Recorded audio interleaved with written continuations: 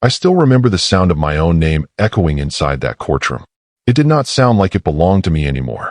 It sounded distant, hollow, like it was being called for someone who had already disappeared. I was sitting at the long wooden table, hands folded, palms damp, trying to keep my breathing steady. The room smelled faintly of old paper and floor cleaner. Everything felt too clean, too quiet, like the kind of place where feelings were not supposed to exist. Across the room, my wife sat straight in her chair. No, not my wife. My soon-to-be ex-wife. Even thinking that word made my chest tighten. She did not look at me. Not once. Her eyes stayed forward, fixed on the judge like she had practiced this moment in her head many times before. Her hair was perfect. Her posture was calm. She looked prepared. I felt like I had walked into the wrong room of my own life. The judge adjusted his glasses and flipped through the papers. He cleared his throat. That sound alone made my stomach turn. Then it happened. Her lawyer stood up, and with a calm voice, like he was ordering coffee, he said the words that still ring in my ears. My client is requesting full ownership of the house, full access to all shared savings, retirement accounts, and primary control over all remaining assets. I blinked. I honestly thought I misheard. Then she leaned forward slightly and spoke for herself. I'm taking everything, she said. No anger. No shaking. Just certainty. I supported him for years. I deserve it. The room did not spin like people say it does in moments like this. It went still. So still that I could hear my own heartbeat in my ears. I looked at her then. Really looked. This was the woman I had shared a bed with for nearly 2 decades. The woman who used to cry during sad movies. The woman who once held my face in her hands and told me she would never hurt me. And now she was asking to erase me. Not just from her life. From my own. I felt something break inside me, but quietly. Like a thin crack spreading through glass. The judge did not respond right away. He looked at her, then at me, then back down at the papers. That pause felt longer than the entire marriage. In that silence, my mind went somewhere else.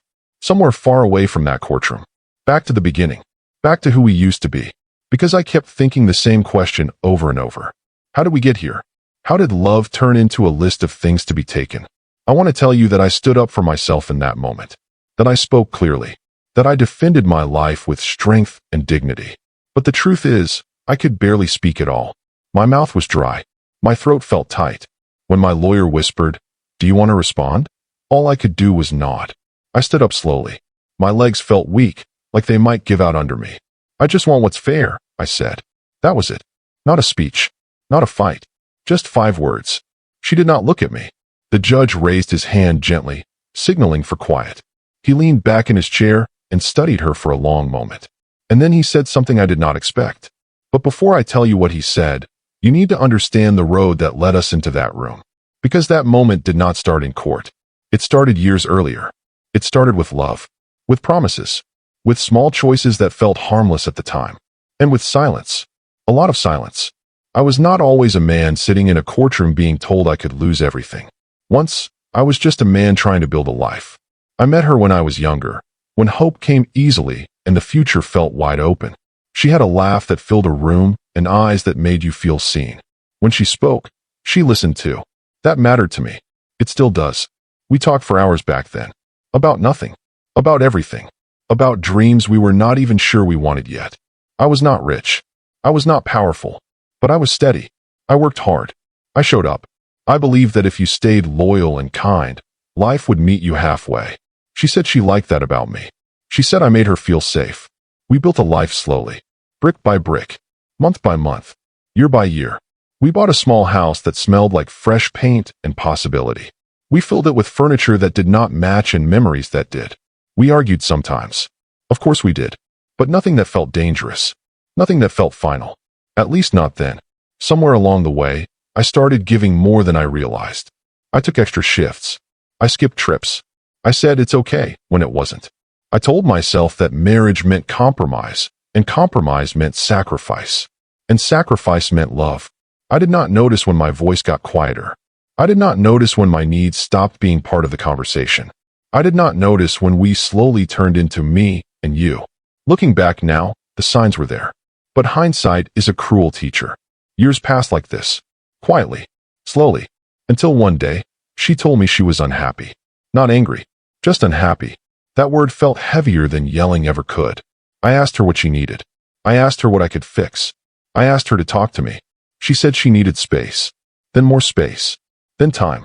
And then, one night, she told me she wanted a divorce. She said it calmly, like she was reading a weather report. I remember nodding, even though my chest felt like it was collapsing inward. I moved out quietly. I did not fight. I did not accuse. I told myself that if I stayed respectful, things would end peacefully. I was wrong. What followed was not a separation. It was a dismantling. Emails from lawyers. Documents I did not fully understand. Numbers that felt unreal. Conversations where every word sounded like it was designed to protect someone else. And then came the court date. The day she said she was taking everything. Sitting there, listening to her claim my life as compensation, I felt small in a way I had never felt before. Not poor. Not weak. Just erased. The judge finally spoke again. But before I tell you what he said, I need you to understand this. This story is not about revenge. It is not about villains and heroes. It is about how easy it is to lose yourself slowly, and how shocking it feels when you finally realize what has been taken. That courtroom was not just about money or property. It was about identity, about worth, about whether a quiet man who gave everything would be left with anything at all. The judge leaned forward. He folded his hands, and he looked directly at her. His voice was calm, measured, but there was something else in it too, something that made the room feel different. And when he spoke, everything changed. That moment will stay with me for the rest of my life. And that is where this story truly begins. Before courtrooms and lawyers and papers that reduced our lives to numbers, there was a time when love felt simple. Not easy, but simple. I met her on an ordinary afternoon, the kind you forget unless it becomes the beginning of something. A friend had invited me over, and she was already there, sitting on the edge of the couch, laughing at something small. I remember noticing how her laugh came before her words, like her body knew joy before her mind explained it. She looked at me when I walked in. Really looked. Not just a glance. That mattered to me more than I understood at the time. We talked later that night, standing near the kitchen sink because the living room was too crowded. We talked about work, about where we grew up, about the strange feeling of being adults without feeling grown. Nothing deep, nothing dramatic. Just two people slowly realizing the other felt familiar. When I drove home, I felt lighter. That feeling stayed with me for days. I asked her out a week later. I was nervous, even though I tried not to show it. She smiled and said yes like she already knew the answer. Back then, she asked questions. She wanted to know how I felt about things. What scared me? What I hoped for? No one had asked me those things so directly before. I told her I wanted stability. A home. A partner. A quiet life built on trust. She said she wanted the same. I believed her. We fell into a rhythm quickly. Weekend breakfasts. Long walks. Shared playlists in the car. She liked how I planned ahead. I liked how she made space for feeling. She told me I was grounding. I told her she made life brighter. We balanced each other. Or at least, that's what it felt like then. When I proposed, it was simple. No crowd. No big moment. Just the two of us in the living room of her apartment. I was shaking. I remember my voice cracking when I asked. She cried. She said yes. She hugged me so tightly I could barely breathe. I thought that was love. Maybe it was. The wedding was small. Family. A few friends. Nothing fancy. She looked beautiful, but more than that, she looked happy. When she took my hand, it felt like a promise we both understood. We moved into a small house a year later. It wasn't perfect. The walls were thin. The plumbing made strange noises. But it was ours. I painted the bedroom myself. She picked the colors. We argued gently about furniture. We laughed about it later. Those years felt steady, predictable in a good way. I worked full-time. She worked too, though her hours changed over the years. Sometimes she took breaks. Sometimes she switched paths. I told her it was okay, that we would figure it out together.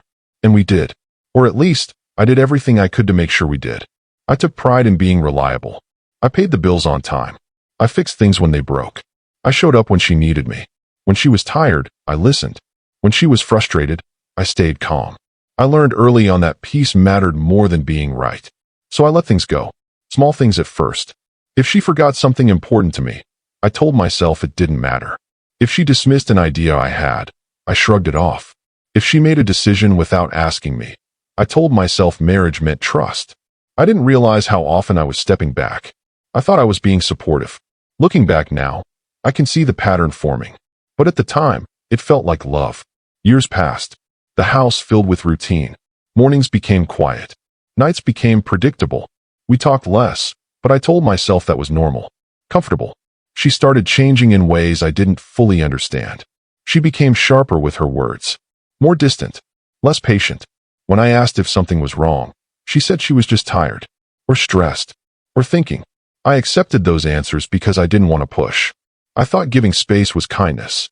Sometimes I would lie awake at night, listening to her breathe beside me, wondering why I felt lonely while lying next to the person I loved.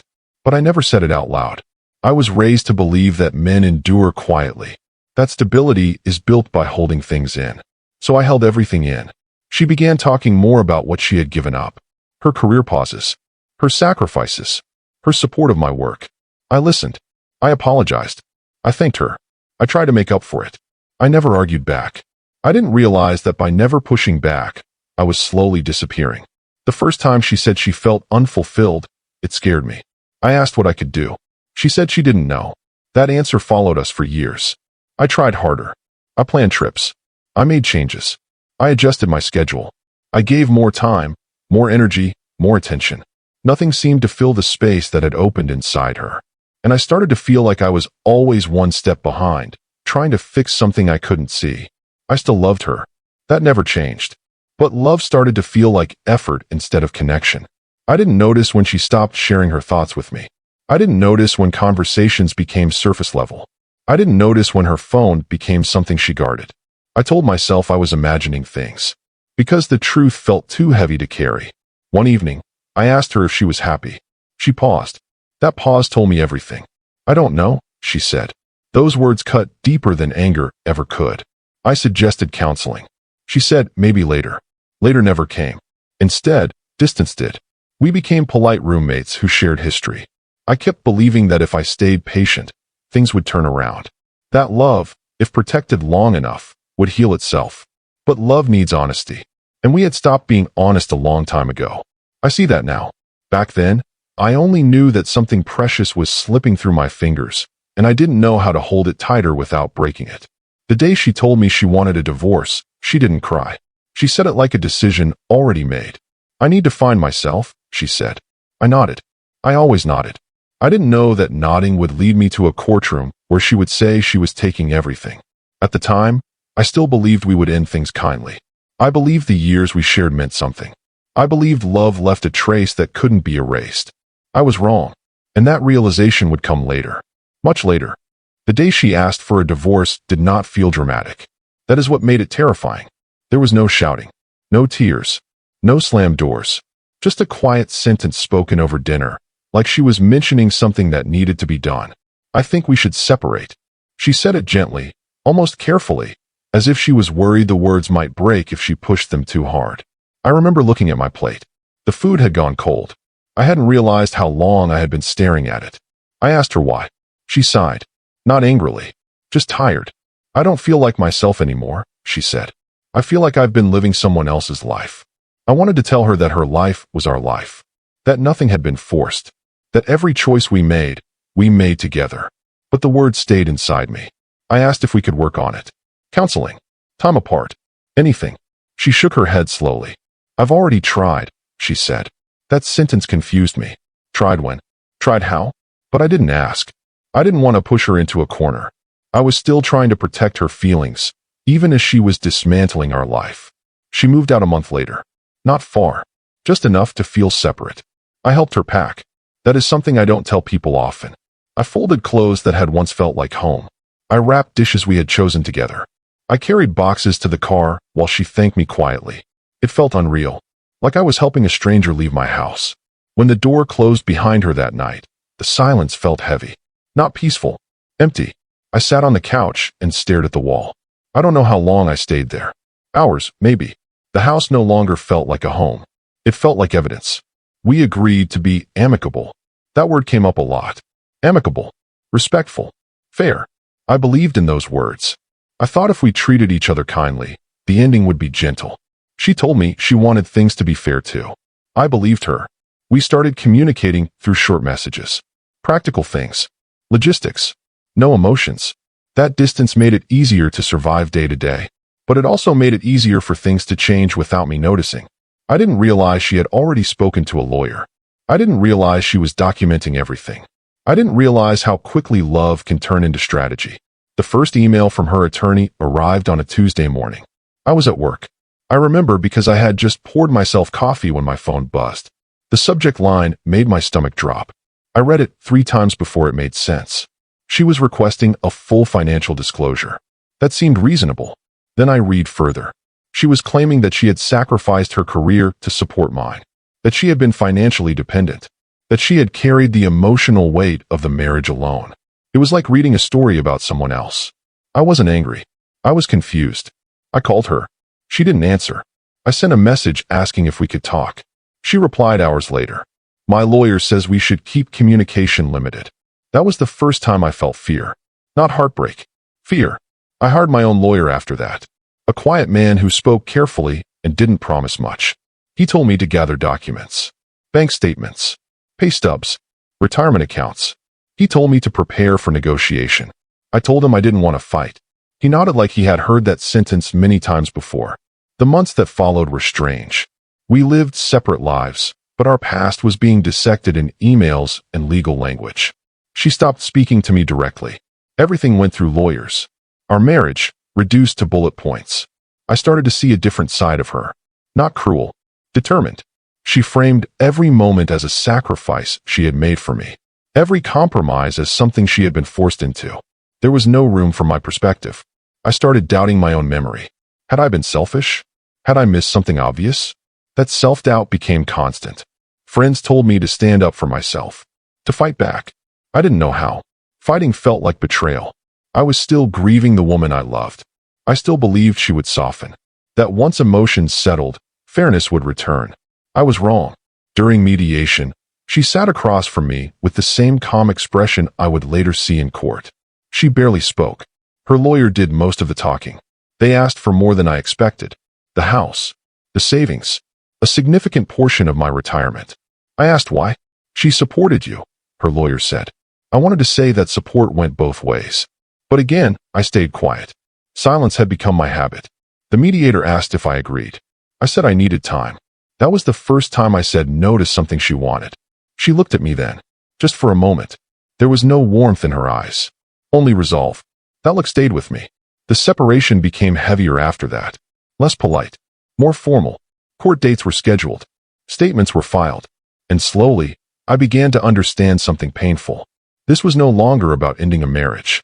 It was about winning. The night before the court hearing, I didn't sleep. I lay in bed staring at the ceiling, replaying our life in my head. The good moments. The quiet ones. The times I had stepped back to keep peace. I wondered if any of it mattered now. I wondered if being kind had been a mistake. When morning came, I put on a suit that felt too big for me. I walked into the courtroom with a manila folder and a sense of dread I couldn't shake. And then she said it. I'm taking everything. That sentence did not come out of nowhere. It was the result of years of silence. Years of giving without asking. Years of believing that love alone was enough to protect me. Sitting in that courtroom, I realized how small a life can look on paper. Years of work. Years of love. Years of effort. All reduced to columns and totals. The judge asked questions in a calm, steady voice. Income. Assets. Timelines. Contributions. Each answer felt like a piece of me being lifted out and examined. When my lawyer spoke, he used careful words. Neutral words. Words that didn't feel like they belonged to my life. Across the room, her lawyer was confident. Precise.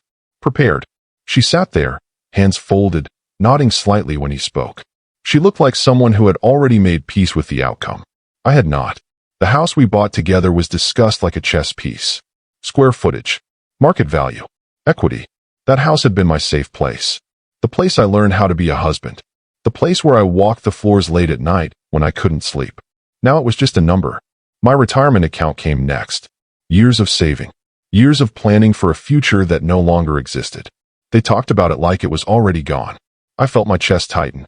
I tried to stay calm. I told myself this was just a process. That fairness would come later.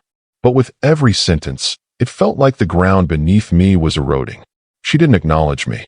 Not once. It was like I had already been erased. At one point, The judge asked her directly about her request. She spoke clearly. She said she had given up opportunities, that she had supported me emotionally and financially, that she deserved security. I didn't deny her pain. I never had. But hearing our entire marriage described as her sacrifice made something inside me fold in on itself. I wanted to speak, to tell my side, but my voice felt locked behind my ribs. When it was my turn, I spoke softly, carefully. I said I wanted fairness, that I never intended to leave her without support, that I believed our life together had been built by both of us. My words felt thin in the air. The judge listened. He took notes. He didn't interrupt. That silence was unbearable. As the hearing went on, I felt something familiar rise in me. Shame. Not because I had done something wrong, but because I felt exposed, like I had failed at something basic. I had believed that being steady and kind would protect me. Instead, it had left me unarmed. I started questioning everything. Had I given too much? Had I trained myself to disappear? Had my silence taught her that my needs didn't matter? These questions echoed in my mind as the lawyers went back and forth. By the time the judge called for a break, I felt exhausted. I stepped outside the courtroom and leaned against the wall. My hands were shaking. I thought about the man I used to be, the man who believed in partnership, the man who trusted easily. I wondered if that man was naive, or worse, disposable. I saw her standing at the end of the hall, speaking quietly to her lawyer. She laughed at something he said. That sound cut deeper than anything else. It felt like proof that I was already on the outside of her life. I realized then that I wasn't just losing assets. I was losing the story I had told myself about who I was. I had been the dependable one, the safe one, the man who stayed. Now I was just another case. When we returned to the courtroom, the judge asked a few final questions. Then he said he would take time to review everything before making a decision. Relief washed over me, followed quickly by dread. Waiting felt worse than anything. Days turned into weeks. Every time the phone rang, my stomach dropped. I lived in limbo, unable to plan, unable to move forward. I stopped sleeping well. I lost weight without trying. I replayed conversations in my head, searching for the moment where I could have changed things. I didn't talk about it much. I didn't want to burden anyone. I had spent years being the strong one. Now I didn't know how to ask for help. One evening, I sat alone in the house and looked around. This place had been my anchor. Soon, it might not even be mine. I felt a deep sadness settle in me. Not anger, not bitterness, just grief. Grief for a life I had believed in. Grief for a version of myself that no longer existed.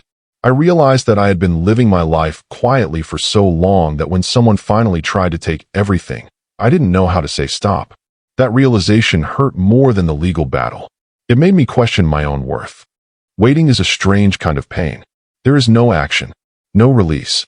Just time stretching itself thin while your mind fills the silence with every possible outcome. After the court hearing, life didn't move forward. It hovered. I woke up every morning with the same heavy feeling in my chest. For a few seconds, before memory caught up, I almost felt normal. Then it would all rush back. The divorce. The court. The words she said. I'm taking everything. I tried to keep my routine. I went to work. I answered emails. I nodded in meetings. But everything felt distant, like I was watching my life through glass. At night, the house felt too big. I slept on my side of the bed, even though the other side was empty. I didn't know why I did that. Habit, maybe. Or denial. I spent a lot of time sitting in the dark. Not because I was sad all the time, but because turning on the lights felt like admitting I was alone. Friends checked in. Some offered advice. Others just listened. Most of them assumed the outcome was already decided. They told me to prepare myself. That word again. Prepare. I had been preparing my whole life. Preparing to be dependable. Preparing to provide. Preparing to put others first.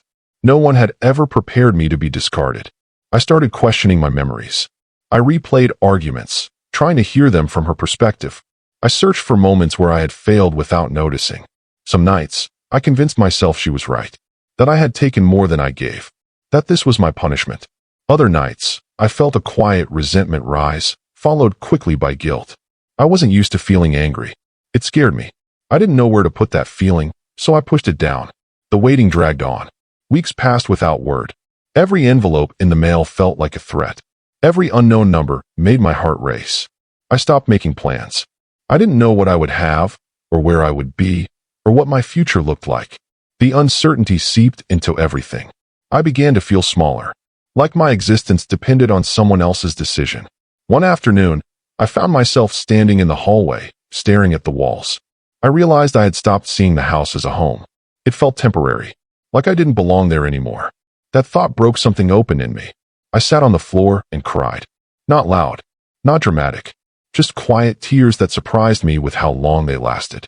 I cried for the marriage, for the years, for the trust one had given freely.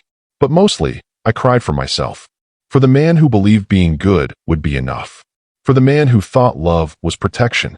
I had never asked myself what I needed. I had never asked myself where my limits were. I had lived my life like endurance was the same thing as strength. During that waiting period, something shifted. Slowly, I started paying attention to my own thoughts. I noticed how often I minimized my feelings, how quickly I dismissed my own pain. I realized that my silence hadn't just hurt me in the marriage. It had shaped my entire sense of worth.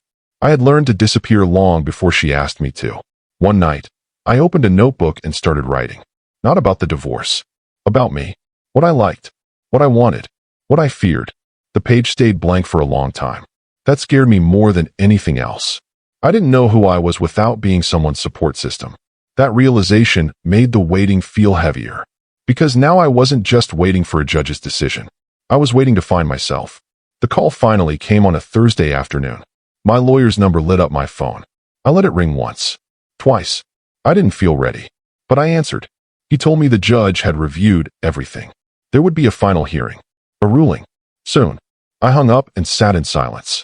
This was it. The moment that would decide what I kept and what I lost. But something inside me had already changed. I wasn't whole, but I was awake. For the first time, I understood that whatever happened in that courtroom, it would not define my entire life. I didn't know what the judge would say. I didn't know what I would walk away with. But I knew one thing. I could not go back to being invisible. The courtroom felt smaller the second time. Or maybe I did. I took my seat at the same table, in the same chair, with the same stack of papers in front of me. Nothing had changed on the surface. But inside, I wasn't the same man. I had spent weeks waiting, weeks thinking, weeks slowly understanding things about myself that I had ignored for years. Still, when the judge entered, my heart started racing. This was the moment that would decide what my future looked like. She sat across from me again, calm, composed. She didn't look at me. The judge reviewed his notes quietly. The sound of paper turning filled the room. No one spoke. Then he cleared his throat. He looked at her lawyer first, then at mine, then, finally, at her. His voice was calm, measured, but there was weight in it. I've reviewed the financial records, employment history, and the timeline of this marriage, he said. I held my breath. He spoke about contributions, about shared responsibility, about mutual decisions. Then he said something I did not expect. Marriage is not a transaction, he said. It is a partnership. The room went still. He looked directly at her. Support does not mean ownership, he continued. And sacrifice, when mutual, does not entitle one party to erase the other. I felt my chest tighten. She shifted slightly in her seat. The judge went on. He acknowledged her contributions, her feelings, her time. But then he spoke about mine, my work, my consistency, my role in maintaining stability. He spoke about balance, about fairness, about dignity. He denied her request to take everything. The words landed softly, but their impact was heavy. She looked up then. For the first time, her expression changed. Not anger, shock. The judge outlined the division of assets. The house would be sold, proceeds split, retirement accounts divided fairly. No excessive claims, no erasure. He spoke like someone who had seen this before, like someone who understood what happens when power shifts. When it was over, he looked at both of us. I encourage you both to move forward with respect, he said. This chapter is closed. He stood and left the room. Just like that. It was over. I sat there, stunned. I hadn't won, but I hadn't been erased. She gathered her things quickly. She didn't look at me as she walked out. I stayed seated for a moment longer, letting the reality sink in. I felt relief, but also sadness, because even justice doesn't give you back what you lost emotionally. Outside the courtroom, the air felt different. Lighter. I took a deep breath. For the first time in months, my shoulders relaxed. But as I walked to my car, I realized something important. The judge hadn't just protected my future. He had validated something I had doubted for a long time. that my quiet contributions mattered, that my steadiness had value, that I wasn't wrong for being who I was. Still, the story didn't end there, because the ruling was just the beginning of what came next. The real work, the emotional aftermath, the rebuilding. The morning after the judge's decision, I woke up early. The sun was barely touching the edges of the blinds, but there was a lightness in the air that I hadn't felt in months. The house was quiet, but it felt different. Less like a space I was trying to survive in, and more like a space I could breathe in again. I made coffee slowly, the way I used to before everything became a race of work, arguments, and worry. The smell brought back memories, weekend mornings, laughter spilling into the kitchen, her telling me about a funny story at work. Those mornings had seemed ordinary at the time, but now they felt like treasures I had forgotten existed. I didn't check my phone. I didn't look at emails. I just sat at the table, letting the quiet settle over me. For weeks, even small silences had felt heavy, tense, like the calm before a storm. But today it felt soft. Empty, yes, but not threatening. I remembered the judge's words. Marriage is not a transaction. Support does not mean ownership. Those words echoed in my mind, not like a shield, but like permission. Permission to stop blaming myself. Permission to stop shrinking. Permission to begin again. I thought about her as well. Not with anger, not with hope, just with honesty. She had made choices. I had made choices. We had built a life together, and we had dismantled it. Both of us were human, both of us flawed. That acknowledgement didn't make it hurt less, but it made it feel manageable. The first few days were strange. Relief and grief collided in me. I was grateful that I still had my dignity, that my years of work and love hadn't been erased.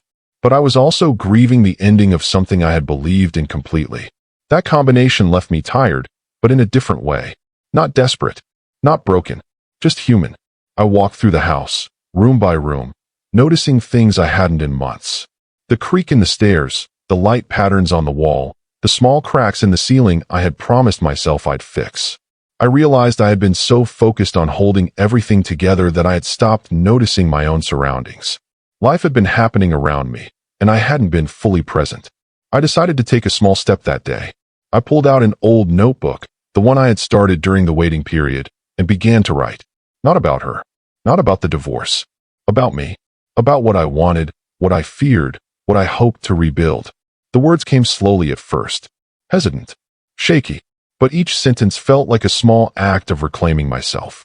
I wrote about my routines, about my work, about memories I still cherished, about dreams I had shelved, thinking they weren't important anymore. I wrote about who I wanted to be, not the man I had been in her eyes, but the man I had always been beneath the quiet, beneath the compromise, beneath the endless patience.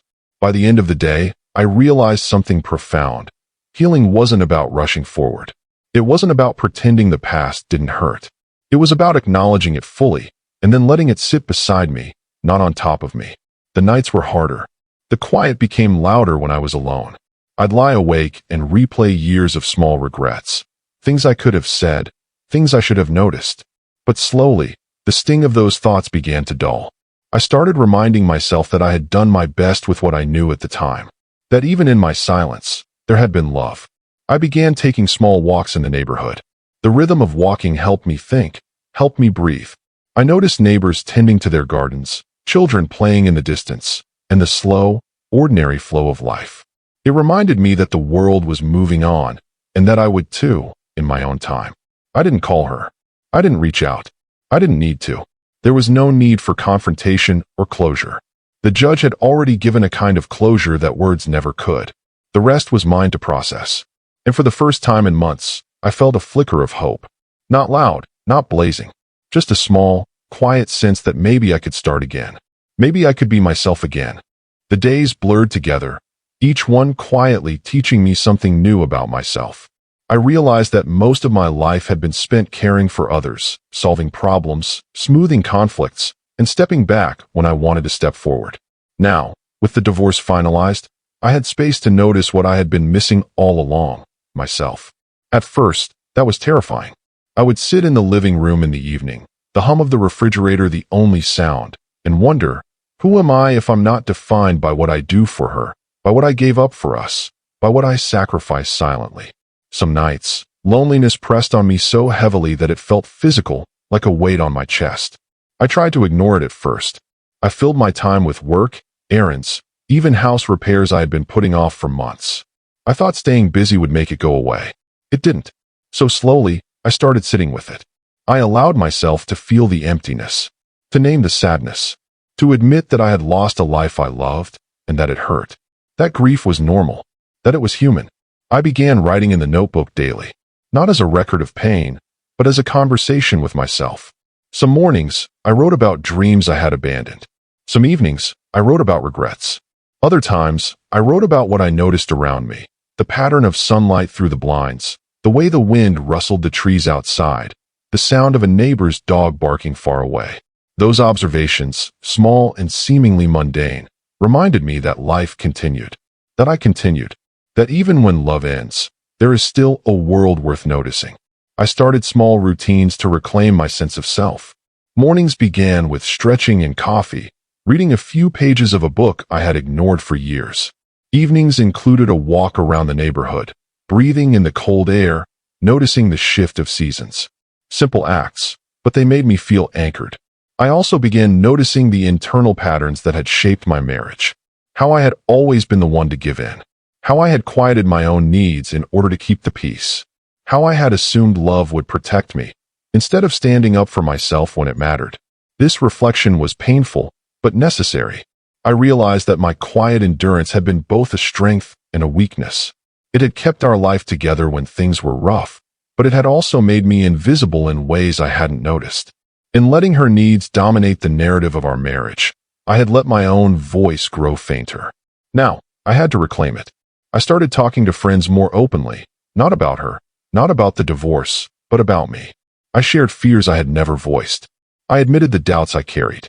I let people see vulnerability that I had hidden for years. It was strange at first, uncomfortable. Exposing myself felt risky, but each conversation lifted a small weight from my shoulders. I learned that people could hold space for me without judgment, that my pain was valid, and that I could exist as my own person without having to earn approval. I also began noticing my own strengths. Quiet as they were, they mattered. My ability to stay calm under stress, my loyalty, my steadiness, my capacity to care deeply, even when it went unnoticed.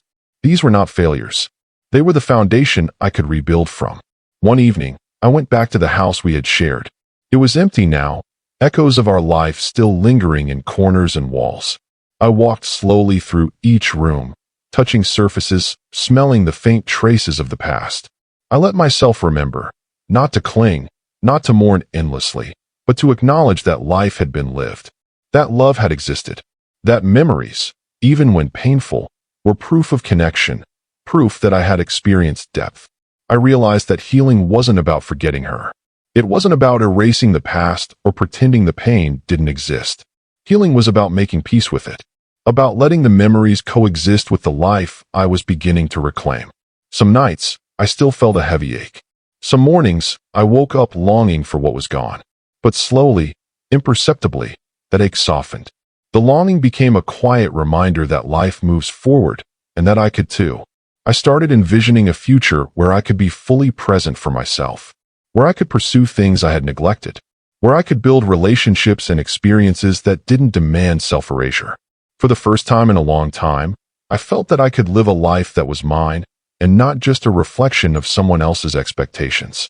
Once the initial relief and reflection settled, I realized that healing needed action, not just thought.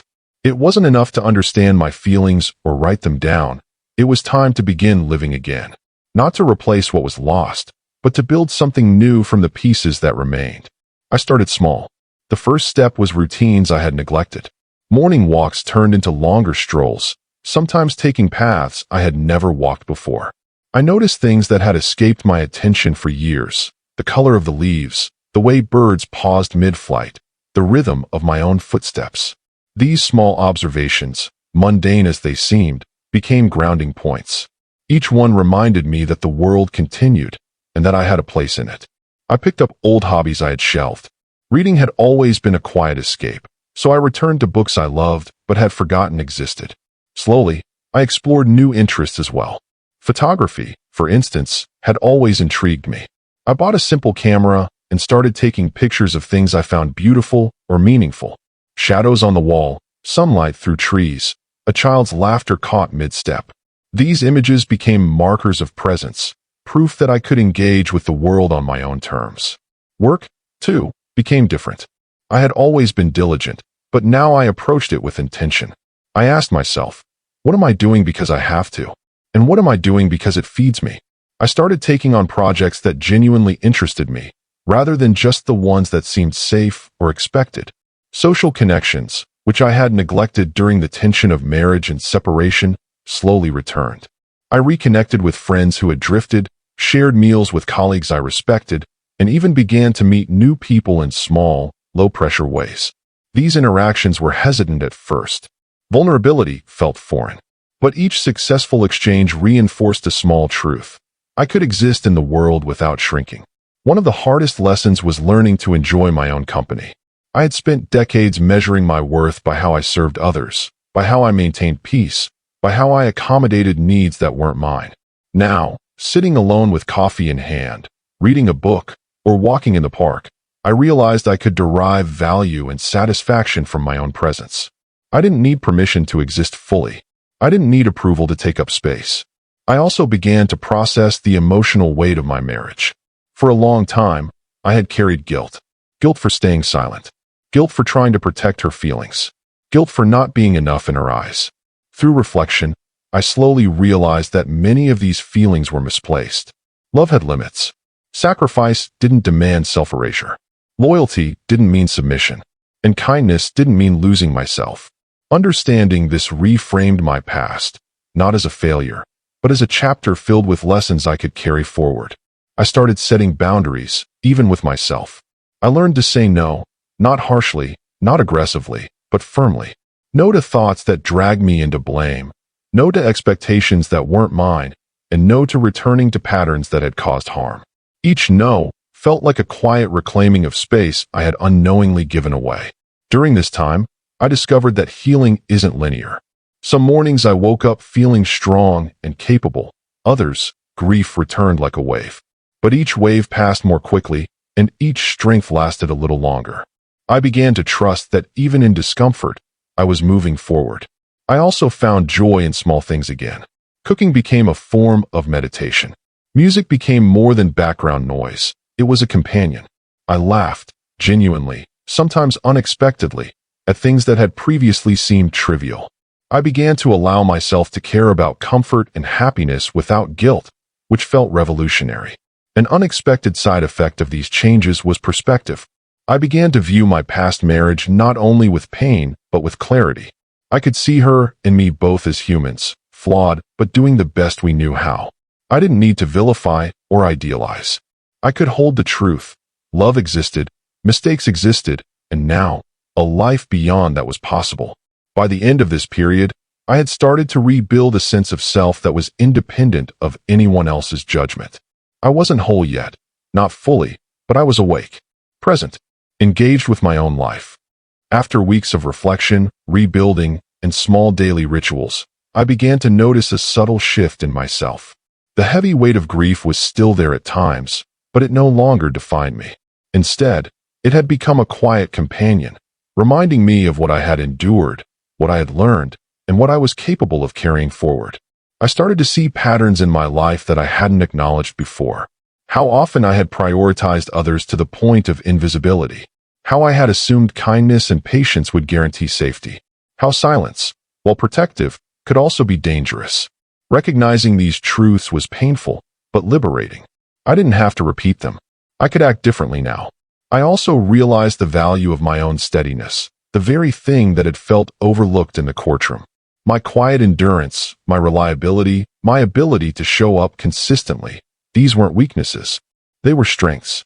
And even though they hadn't shielded me from being hurt, they had prepared me to rebuild a life anchored in self-respect. One morning, as I walked through the empty house, I noticed sunlight streaming through the windows. Dust motes danced in the golden light. I paused and just watched, letting the stillness fill me. For the first time in years, I felt a sense of peace. Not because the past was gone, but because I had made room for myself in the present. I began thinking about the future, not in terms of what I might lose, but in terms of what I could create. Small goals at first, a project at work I had always wanted to try, reconnecting with friends I had neglected, maybe even traveling somewhere I had never been. Each choice, small as it was, felt like a step toward reclaiming my life. I started to reflect on love differently, too. Love was not possession. Love was not proof of sacrifice. Love was connection, trust, and respect. I understood now that I had loved fully, and that was enough. Even though that love did not last in the way I had hoped, it had shaped me. It had taught me patience, empathy, and resilience. Sometimes, I would find myself smiling at memories I once feared would hurt too much. A laugh we shared during a rainy afternoon, the warmth of a quiet evening together, the feeling of being truly seen. Those memories no longer cut. They reminded me of my capacity to experience deeply, to feel fully, and to survive. I also began noticing the small joys I had ignored for years. The first sip of coffee in the morning, the sound of wind through the trees, the satisfaction of finishing a project on my own, the unexpected laughter of strangers passing by. These ordinary moments became extraordinary, precisely because I was learning to value my own presence in them. Healing, I discovered, was not about rushing to move on. It was about integrating the past into my life without letting it define me. About learning that grief and hope could coexist. That sadness could live beside joy. That endings could lead to beginnings I had not yet imagined. One evening, as I sat on the porch with the fading light of the sun on my face, I realized something profound. I was still here. Whole, though changed. Strong, though vulnerable. Capable of love, though cautious. Ready to live again, fully, not for anyone else's approval, but for myself. The divorce had taken much from me, yes, but it also gave me clarity. It gave me awareness of my own needs, the courage to assert them, and the quiet wisdom that comes from enduring hardship. I began to understand that dignity isn't given by others. It is reclaimed, moment by moment, through choices, reflection, and self-respect. And in that clarity, I found a quiet hope, not loud, not dramatic, but steady, enduring, and real. A hope that the rest of my life could be mine to shape, that I could build again, not on fear or compromise, but on the truth of who I am. I would always carry the lessons of my marriage and its ending with me. I would carry the grief, the loss, and the moments of quiet despair. But I would also carry the knowledge that I had survived, that I had learned, that I had reclaimed myself. And that, I realized, was the most important victory of all. The weeks after the court decision were strange, quiet, and heavy with reflection. But they were also fertile. I could feel myself slowly stepping into a space I hadn't occupied in years, a life fully my own. I started by reconnecting with people I had neglected. Friends I hadn't called in months, or in some cases, years, responded with warmth. Some of them had assumed I was too consumed by my marriage to notice them. Others were cautious, unsure if I was ready to engage. But I reached out anyway, first with small messages. Thinking of you, hope you're well, want to grab coffee sometime? The first coffee meetup was awkward at first. I didn't know how to speak about my life without dragging her into it. I didn't want to vent or make anyone uncomfortable. So I started simply, talking about work, the little things I was noticing in my day-to-day life, the books I was reading. And then slowly, the conversation deepened. I shared reflections, admitted insecurities, laughed at things that had been too heavy to smile at for years. It felt foreign to be visible in this way. Vulnerable. Human. But it was healing. Each honest conversation reminded me that I wasn't alone. That people could hold space for me, just as I had held space for them over the years. I also reconnected with my family. The divorce had initially created tension, and I had avoided contact out of shame or fear of judgment.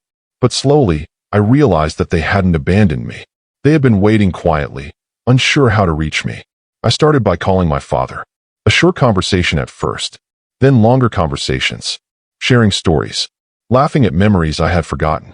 I realized that rebuilding my life included restoring these connections, not just with friends, but with family who loved me regardless of mistakes or hardships. At work, I approached life differently too. I had always been diligent and reliable, but now I added intention. I asked for projects that excited me, not just those that felt expected. I allowed myself to say no to extra responsibilities that drained me. It felt strange at first, like breaking an old habit, but with each boundary, I felt a little lighter. I also began exploring passions I had set aside for years. Photography, hiking, even volunteering in small ways became part of my life. I realized that my sense of purpose didn't have to come from another person's validation. It could emerge from simply engaging with the world and contributing in ways that felt meaningful to me. Some days, grief returned. Some mornings, I would wake up thinking about what I had lost and feel the ache sharply in my chest. But those moments no longer immobilized me. I acknowledged them, sat with them, and then moved forward. I learned that healing wasn't a straight line. It was a rhythm, a dance of forward steps, pauses, and occasional setbacks. I also began to reflect on what I wanted from future relationships. Not romantic necessarily, but human connections. I realized I wanted authenticity, mutual respect, shared joy, the ability to be seen as I truly was, without compromise or self-erasure. This awareness became a quiet compass, guiding how I interacted with the world. Walking alone in the park one evening, I noticed a group of people playing music nearby. Their laughter and melodies floated across the air. I felt a small spark of longing, not for romance, not for companionship, but for life in its raw, vibrant form. I realized I had spent so many years protecting myself, or others, or my marriage, that I had almost forgotten how to simply live. That spark reminded me that it wasn't too late to find it again. By the end of those first weeks, I understood something fundamental. Rebuilding life was not about erasing the past or pretending the pain didn't exist. It was about integrating it, using it to deepen my understanding of myself, and creating a foundation that could carry me forward. As the weeks turned into months, I realized that rebuilding life wasn't about grand gestures. It was about small, consistent steps, little moments that reminded me I was alive, capable, and deserving of joy. I started by returning to hobbies I had abandoned. Photography had always fascinated me, but I had pushed it aside for work, family, and routine. Now, I spent weekends walking through the city or countryside, capturing moments that caught my attention, the play of light on water, the crooked smile of a stranger, shadows stretching across buildings. These small observations became a mirror, reflecting my own attention to life, my own ability to notice beauty, and my own presence in the world. Cooking also became a new form of therapy. I had always rushed through meals, focusing on efficiency rather than enjoyment. But now, I experimented. I tried recipes I had never dared to before. I learned to savor flavors, to enjoy the process, to let my mind wander while chopping, stirring, and seasoning. Each meal I prepared felt like an act of self-care. It reminded me that taking time for myself was not indulgent, it was necessary. I began exploring the outdoors more intentionally. Hiking trails, riverside walks, and quiet parks became my sanctuaries. There was something profoundly healing in moving my body, in feeling the wind, in hearing birdsong without interruption. Nature reminded me that life continues, endlessly resilient, and that I too could find my own rhythm within it. Socially, I cautiously reached out to old friends I had drifted from. Some meetings were awkward. I had changed, they had changed. But slowly, layers of awkwardness peeled away as laughter returned. We shared stories, meals, and quiet moments of reflection. I realized that human connection didn't have to be forced. It just needed honesty and willingness to show up. I also began attending local community events, small volunteer programs, book readings, and art exhibitions. These experiences reminded me that life was bigger than my grief and that I could contribute meaningfully without sacrificing myself. They also offered subtle opportunities to meet people who shared my interests, not for the sake of romance, but for genuine human connection. The hardest days were the ones when memories of the marriage returned unbidden. I would hear a phrase we used to say, see a location we had frequented, or catch a fleeting scent that reminded me of her. At first, these moments brought a sharp pang of grief. But over time, I learned to hold them gently. I acknowledged the past without letting it dominate the present. Each memory became a quiet teacher, reminding me of what I had loved, what I had endured, and how strong I could be. I began to notice small joys returning. The first sip of coffee in the morning felt like a gift. The warmth of sunlight on my face felt alive. The laughter of strangers passing by, or a bird landing nearby, or the quiet hum of a city at dusk. all of these simple things began to matter in ways they hadn't before. I also discovered that creative expression was deeply healing. Writing in my notebook became a daily ritual. I wrote not only about my thoughts and emotions, but also about observations, ideas, and fleeting inspirations. Sometimes, I wrote letters to no one, expressing gratitude, frustrations, or dreams. This practice grounded me and reminded me that my voice mattered, even if no one else read it. Gradually, I began to understand that rebuilding life wasn't just about activities. It was about reclaiming my sense of self. It was about acknowledging that I had survived grief, pain, and loss, and that I could create meaning from it. That my past didn't have to define me, but it could guide me. That I could choose joy, even amidst sorrow. And slowly, a quiet confidence returned.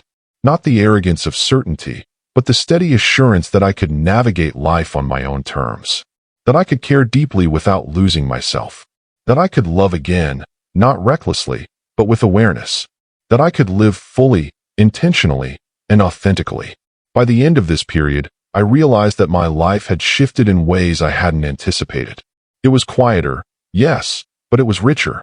It was not defined by loss, but by presence, by resilience, by the conscious act of reclaiming myself, one small step at a time. After months of small steps, reconnecting with friends, exploring passions, and reclaiming daily routines, I began to notice a deeper shift within myself. The surface-level rebuilding of life had been necessary, but now I was ready for something more profound, understanding the meaning of all I had endured and beginning to shape the future intentionally. I started reflecting on my marriage again, but with a different lens. At first, I had viewed it through grief and loss, sometimes with regret or self-blame. Now, I could see it for what it truly was, a complex human experience. There had been love, mistakes, patience, compromise, and sacrifice on both sides. Each moment, both joyful and painful, had taught me something. And while I couldn't change the past, I could integrate its lessons into the way I lived now. One lesson stood out above all. I had allowed myself to disappear for the sake of someone else's happiness. I had thought that giving endlessly would protect me, or sustain love, or prove my worth. It hadn't, but that awareness was powerful. It reminded me that self-respect and personal boundaries are not optional, they are essential. That love and care for others cannot come at the expense of erasing oneself. With that clarity, I began envisioning the kind of life I wanted moving forward. Not just day-to-day routines, but long-term purpose.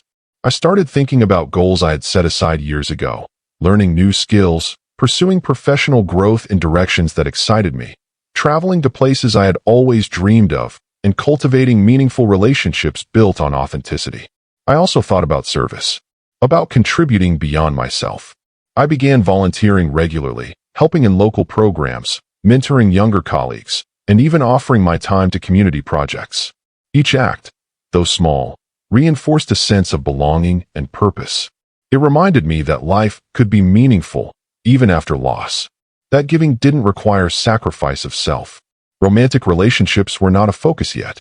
I wasn't seeking companionship to fill a void.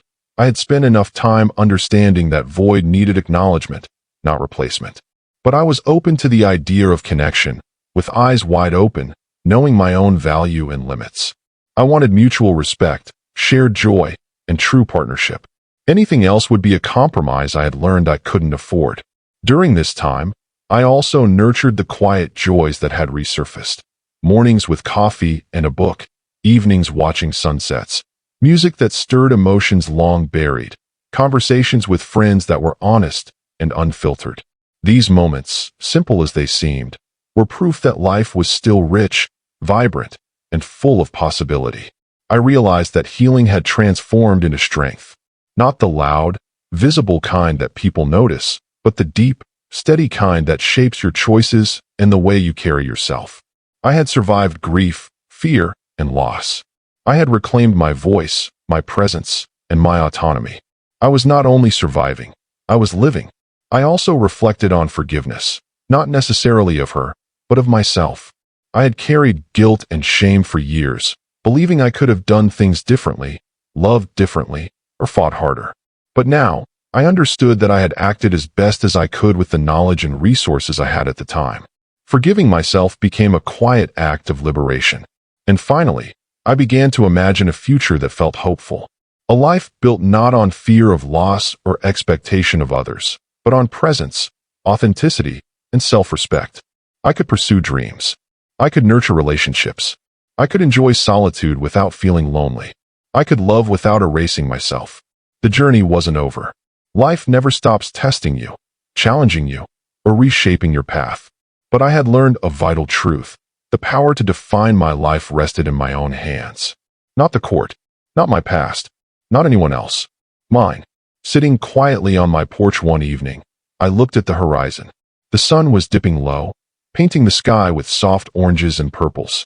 I felt gratitude, grateful for survival, for insight, for the slow, steady rebuilding of myself. And in that moment, I knew I was ready. Ready to live fully, to embrace what came next, and to carry the lessons of the past as a compass, not a burden. Life had not ended with divorce. It had simply begun again, in a new form, and I had the chance to shape it wisely, courageously, and honestly. The first months after the divorce had been about emotional recovery, reconnecting with friends and family, and rediscovering the small joys I had forgotten. But slowly, a new realization settled in. Healing emotionally was only one part of the journey. I also had to reclaim my independence in the practical sense, my finances, my living situation, and the life I would build from scratch. The first step was my home. The house we had shared, once filled with memories, now belonged entirely to me in a way that was different from before. While it was no longer ours, it was still mine to care for, decorate, and inhabit. I started small, rearranging furniture, repainting walls, fixing things that had been ignored. Each act, though mundane, was deeply symbolic. I was shaping a space that reflected me, not just a life left behind. Financial independence was another challenge. The court had ensured fairness in the division of assets, but for the first time, I had to face the reality of managing my own money entirely. I created budgets, reviewed my accounts, and educated myself about investments I had neglected. For years, I had taken financial stability for granted, assuming it was a shared responsibility. Now, every decision was mine alone. It was daunting, but empowering. I realized that independence wasn't just about money or property. It was about decision-making. For years, I had deferred to her opinions, her preferences, or what I assumed would keep the peace. Now, every choice, big or small, rested solely with me. What to eat, where to travel, how to spend my time, which projects to take on at work. At first, the weight of responsibility felt overwhelming. But gradually, it became exhilarating. I was not beholden to anyone else's expectations. Work became a tool for both stability and growth. I started seeking projects that challenged me, stretched my skills, and aligned with my interests rather than simply fulfilling obligations. I negotiated better terms, ensuring that my compensation reflected my efforts and expertise. For the first time, I felt the power of my own professional worth, independent of any family structure or expectations. I also faced another aspect of independence, solitude. After years of marriage, I had relied on companionship for validation, emotional support, and daily routine. Living alone, I had to confront moments of quiet that were uncomfortable at first. I spent long evenings reflecting on my thoughts, journaling, and learning to enjoy my own company. These moments were transformative. I discovered that being alone did not mean being lonely, and that solitude could foster creativity, reflection, and clarity. As I embraced independence, I noticed subtle changes in my sense of identity. I was no longer just a husband, a father, or a provider. I was an individual, capable of making choices for myself and responsible for my own happiness. It was a humbling, empowering realization. For so long, I had measured my worth by what I could give others. Now, I measured it by what I could create, maintain, and cherish for myself. Financial planning became a form of self-respect. I opened new accounts, diversified savings, and set goals that reflected my personal ambitions, short-term and long-term. I started putting money aside for experiences I had always wanted: travel, learning opportunities, and even small indulgences I had denied myself over the years. Each dollar saved felt like a brick in the foundation of a life that was truly mine. Beyond money and work, I began exploring personal freedoms I had forgotten existed. I could wake up at my own pace, eat what I wanted, plan trips on a whim, and spend hours engaged in projects that held meaning for me. At first, these freedoms felt almost alien. I had spent so long prioritizing others that claiming space for myself required conscious effort. But with each small choice, I felt stronger, more alive, and more in control. Yet, independence was not about isolation. I discovered the importance of building a support network of people who respected boundaries and offered honest, compassionate connection. Friends, colleagues, and family became anchors in my life, not crutches. They reminded me that independence was not loneliness. It was self-determination alongside meaningful human connection. By the end of the first phase of reclaiming independence, I began to understand a profound truth. Autonomy is not just about survival. It is about living intentionally, making choices that align with your values, embracing responsibility without fear, experiencing joy on your own terms. And while the divorce had forced me into this independence, I realized it was a gift I had never truly appreciated before, a chance to reconstruct my life with intention, dignity, and purpose. After settling into the practical aspects of independence, I began noticing a deeper shift. My confidence was returning. Not the flashy, self-assured kind, but a quiet, steady certainty that I could handle life on my own terms. Every decision I made, small or large, reinforced that truth. For the first time in years, I started taking risks that I had avoided. I applied for a professional program I had once dreamed of but assumed was too late for me. I considered relocation opportunities for work, places I had never lived but had always been curious about. Even simple choices, like redecorating my apartment or investing in a personal project, felt significant. Each one reminded me that I was capable of shaping my environment and future, not just reacting to circumstances. I also confronted old fears: fear of failure, fear of loneliness, fear of being judged. I realized that those fears had governed my life more than I understood. By facing them deliberately, I started to reclaim emotional and mental freedom. I failed at some things, of course. Not everything went smoothly. But each failure carried a lesson, and each lesson strengthened my resolve. Financial independence played a crucial role in building confidence. Managing my own accounts, planning budgets, and making investments taught me responsibility in a concrete way. The first time I made a financial decision entirely on my own, without consulting anyone else, I felt an unexpected pride. I realized that I had been capable all along, but never fully trusted myself to act independently. That trust was slowly returning. I also focused on health, both physical and mental. I established routines for exercise, regular sleep, and balanced meals. Exercise, in particular, became a source of empowerment. Running, stretching, and lifting weights reminded me that my body was mine to care for, and that caring for it was an expression of self-respect. Mentally, I started therapy, something I had avoided for years out of pride. Speaking openly to a professional helped me process the lingering grief, anger, and confusion from the divorce. Therapy was not about blame. It was about understanding patterns, recognizing unhealthy dynamics, and cultivating strategies to navigate life with awareness. Each session left me feeling lighter, more anchored, and more capable. Socially, I became intentional about connections. I sought friendships with people who encouraged growth, honesty, and shared values. I avoided toxic or draining relationships, even if they were comfortable. It became clear that independence didn't mean isolating myself. It meant surrounding myself with people who respected my boundaries and supported my evolution.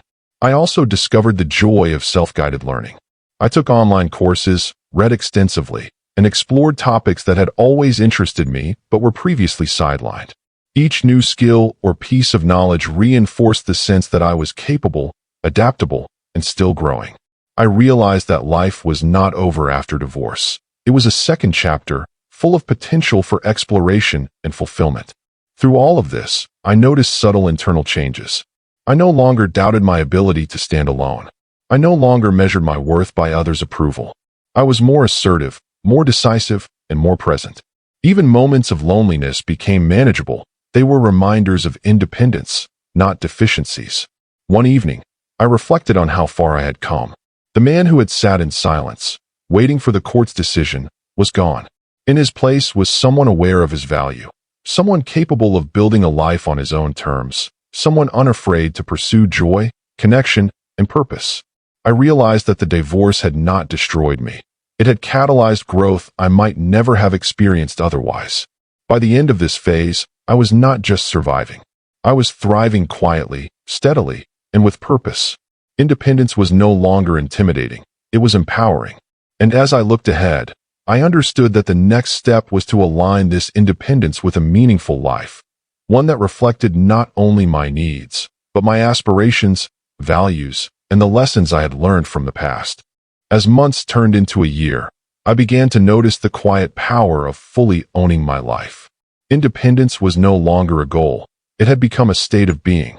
I no longer defined myself by past mistakes, by the expectations of others, or by the shadows of a marriage that had ended. I defined myself by my choices, my actions, and my vision for the future. I embraced routines that reflected who I was now. Morning coffee, long walks, reading, journaling, and exercise were not chores. They were rituals that grounded me. Each act reinforced the understanding that I mattered, that my time and energy were valuable, and that caring for myself was not selfish, but essential. Financial stability had become a source of pride. I had learned to manage, invest, and plan effectively. I had savings, security, and flexibility. For the first time in my life, I felt truly in control of my resources, able to make decisions without fear or compromise. Each careful choice was a reminder that I was capable and responsible, and that my life was mine to shape. Independence also meant emotional freedom. I no longer carried the burden of guilt, resentment, or self-blame. I had forgiven myself for what I could not control.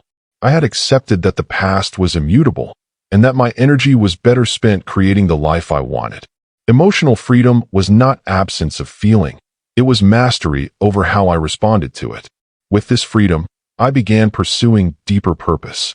I sought work, volunteer opportunities, and personal projects that aligned with my values. I mentored younger colleagues, supported community initiatives, and invested time in creative endeavors I had neglected. These activities were not about recognition. They were about fulfillment, contribution, and meaning. Each act reinforced my confidence and reminded me that life could be abundant even after loss. Relationships also evolved. I connected with friends and family on a level of honesty and respect I had never experienced before. I listened more deeply, shared more openly, and sought bonds that were reciprocal and nurturing. Independence had taught me that true connection does not require self-erasure. I no longer sought validation in others. I offered companionship, trust, and authenticity. Romantic relationships were not my immediate focus, but I approached them differently. I realized that I no longer needed to prove my worth through love or submission. Any partnership would need to honor my boundaries and recognize my value. I was open to love, but I was no longer dependent on it for identity or security. I also noticed a transformation in my inner voice. For years, I had doubted myself, downplayed my accomplishments, and deferred to others. Now, I listened to my instincts, trusted my judgment, and honored my preferences. Decision-making became an act of self-respect, not anxiety. Independence had become confidence, subtle but unshakable. Even the quiet moments, sitting alone in my apartment, walking in a park, or watching the sunset, felt richer. I noticed beauty, movement, and life in ways I had ignored before. These moments were affirmations that life was not only survivable after pain, but capable of being meaningful, joyful, and expansive. I also began reflecting on the lessons learned through the divorce. I understood the importance of boundaries, self-respect, and the courage to act for oneself. I recognized that my worth was intrinsic, not dependent on external validation.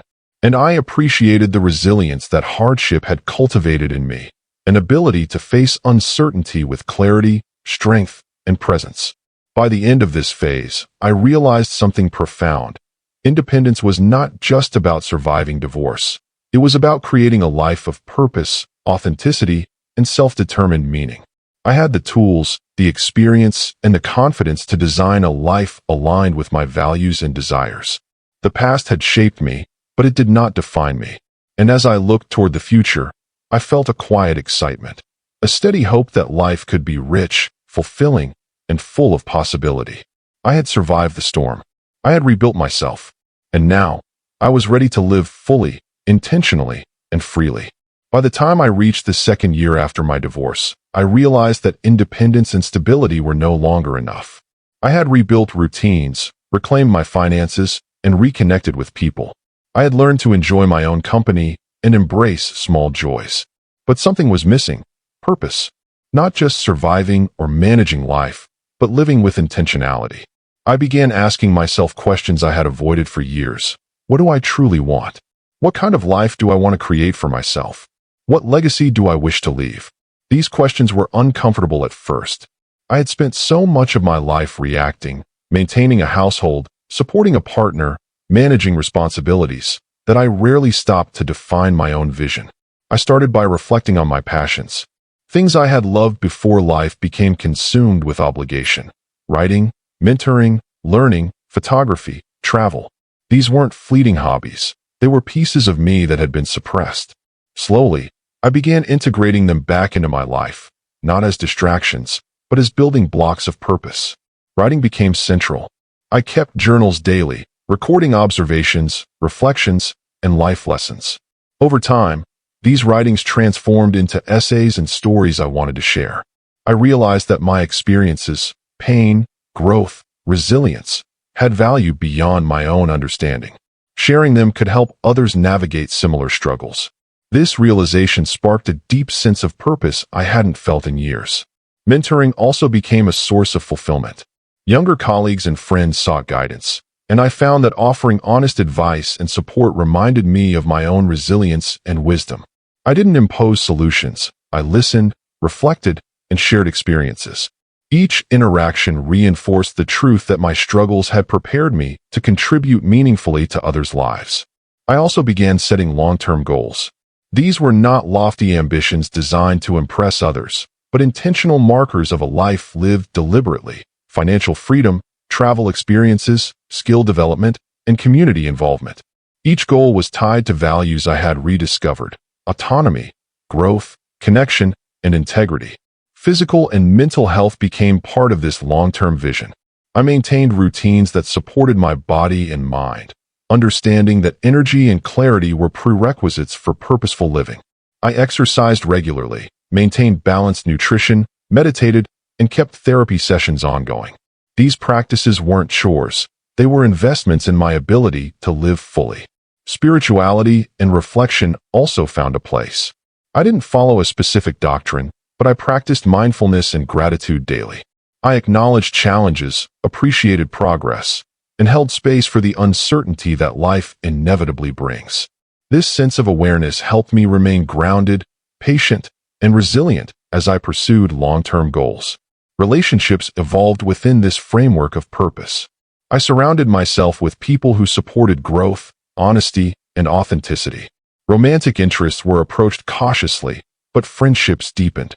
I no longer measured connection by proximity or frequency, but by alignment with values, mutual respect, and shared experience. Travel became a symbol of freedom and discovery. Even short trips allowed me to step outside routines, gain perspective, and experience life from new angles. Each journey reminded me that the world was vast, full of beauty, and alive with possibilities, much like my own life. By integrating passions, relationships, health, and reflection, I began to feel a sense of coherence. My life was no longer fragmented between past pain and present survival. It was intentional, directed by values, and aligned with the person I had rediscovered. Even moments of doubt and loneliness were reframed. Instead of seeing them as weaknesses, I recognized them as signals to recalibrate, to rest, or to redirect energy toward meaningful endeavors. Purpose wasn't about perfection. It was about persistent engagement with life, choices, and growth. As I looked ahead, I realized that redefining purpose wasn't a single achievement.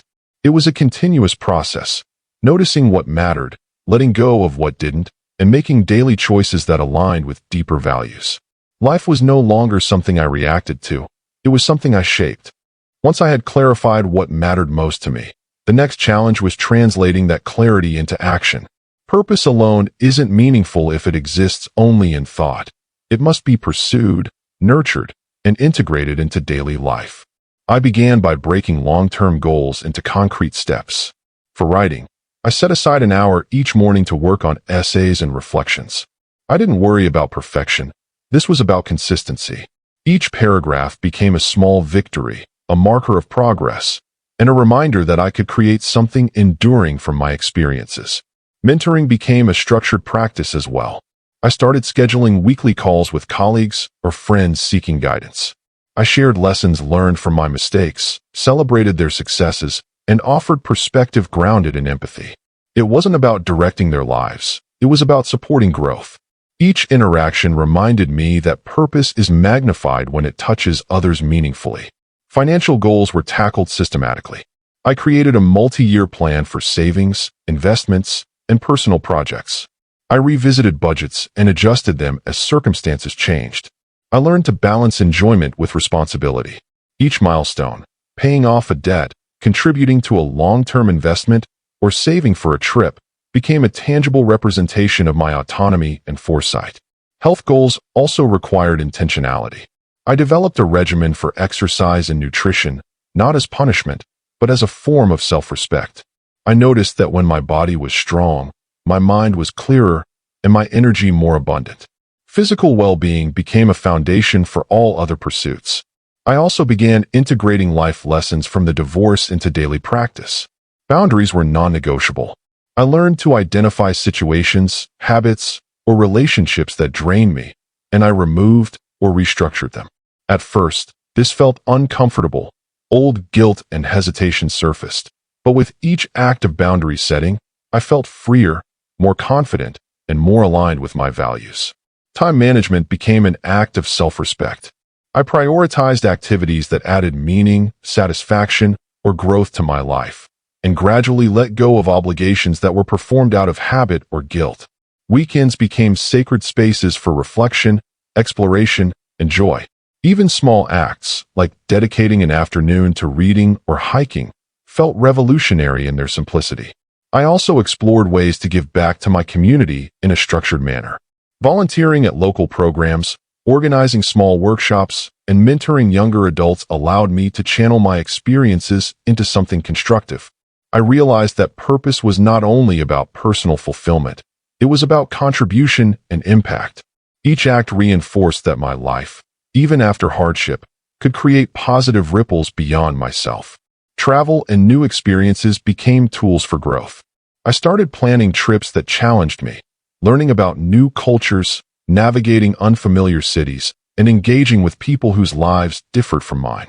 Each journey taught adaptability, patience, and curiosity. It reminded me that purpose isn't static. It expands as we encounter new perspectives and opportunities. Creativity became both an outlet and a compass. Writing, photography, and small projects allowed me to explore ideas, capture moments, and express emotions that words alone sometimes failed to convey. I discovered that purposeful living wasn't just about discipline. It was also about curiosity, play, and experimentation. Relationships continued to evolve alongside these pursuits. Friendships became deeper, more authentic, and mutually supportive. I began connecting with people who shared values, interests, and aspirations. Romantic possibilities were approached with mindfulness, rooted in mutual respect and aligned life goals.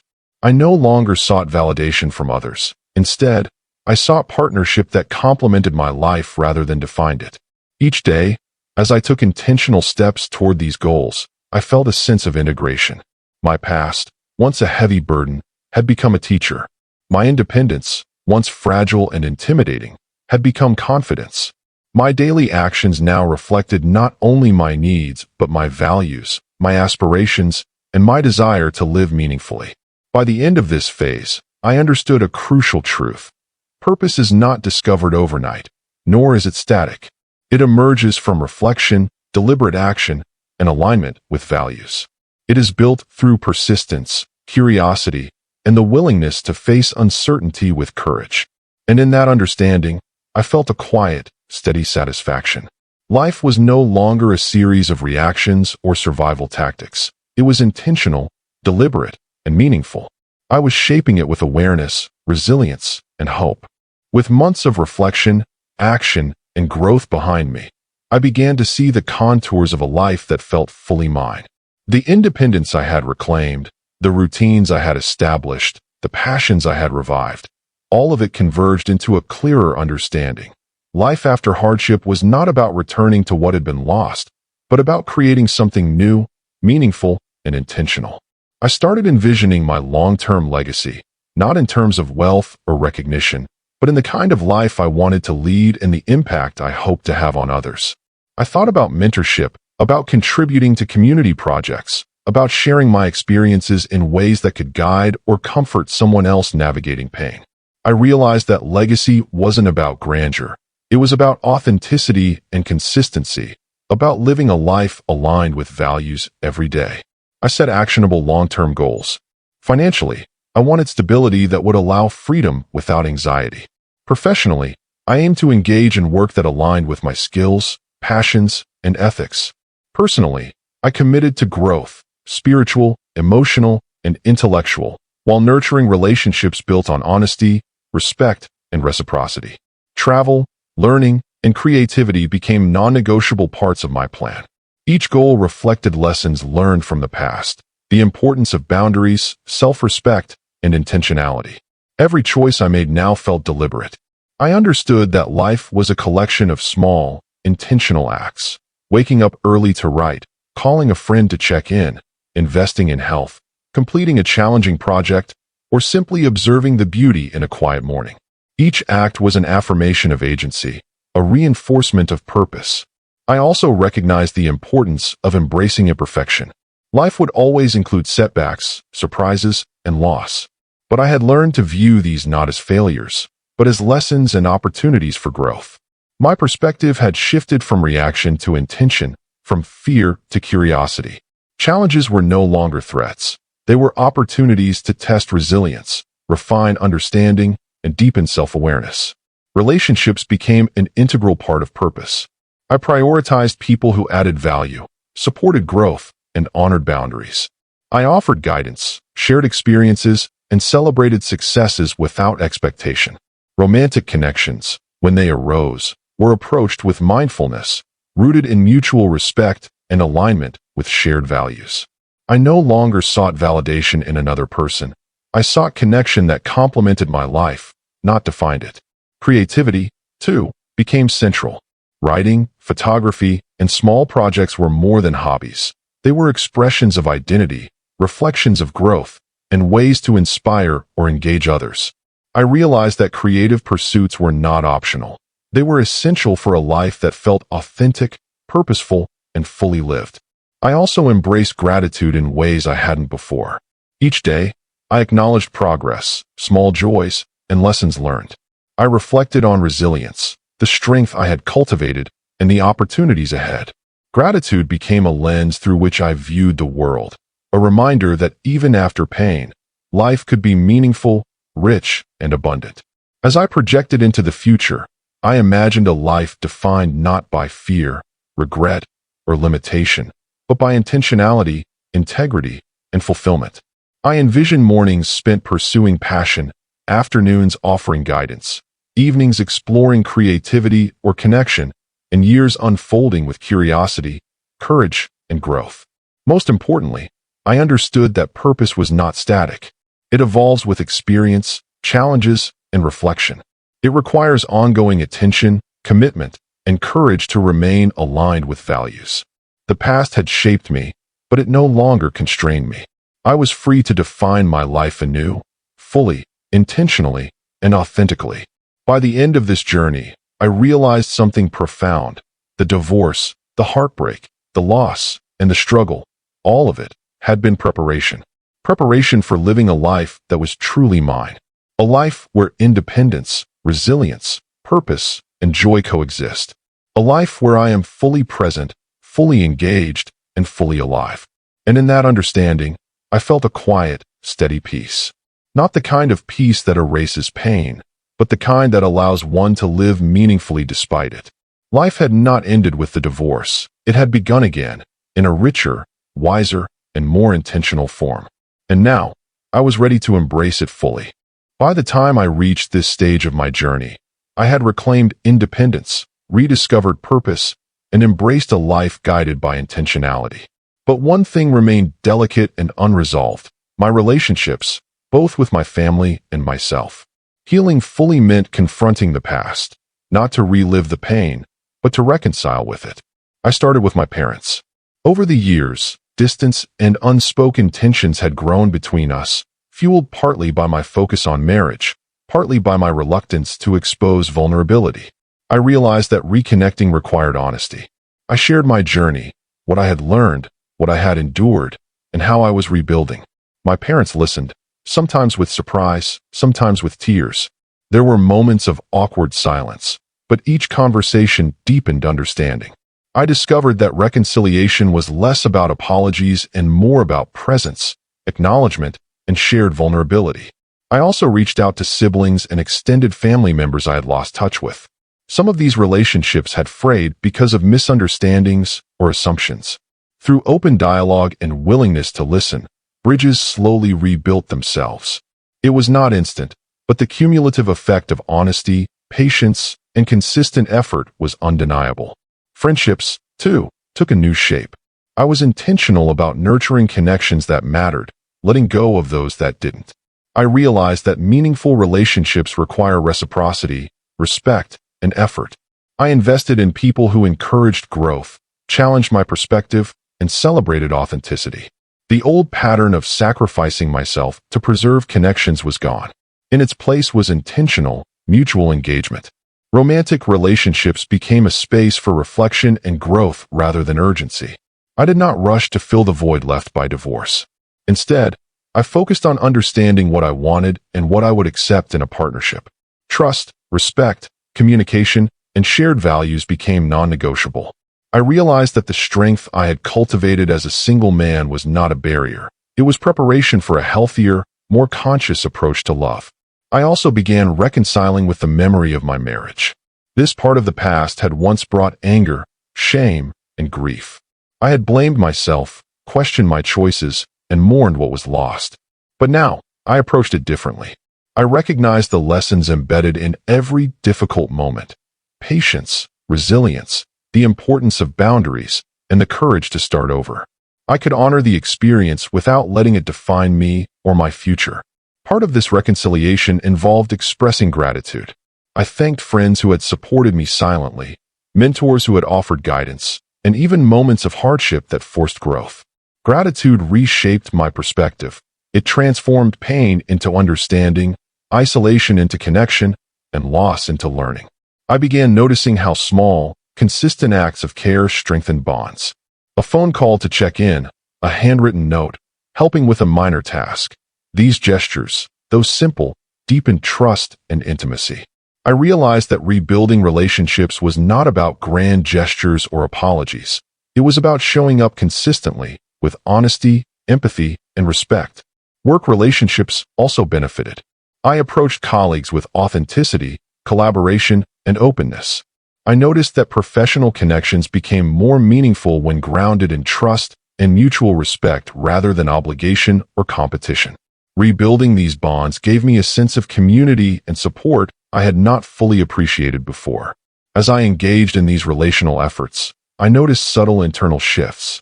The anger and hurt I had carried for years softened. My heart felt lighter.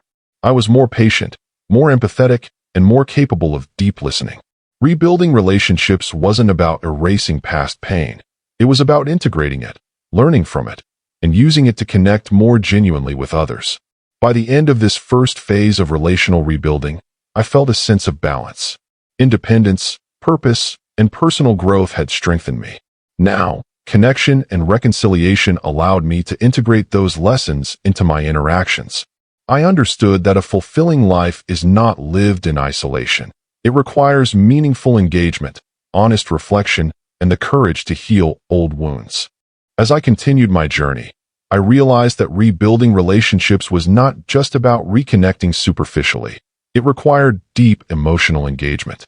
I had to confront old patterns, misunderstandings, and sometimes unspoken resentments that had lingered for years.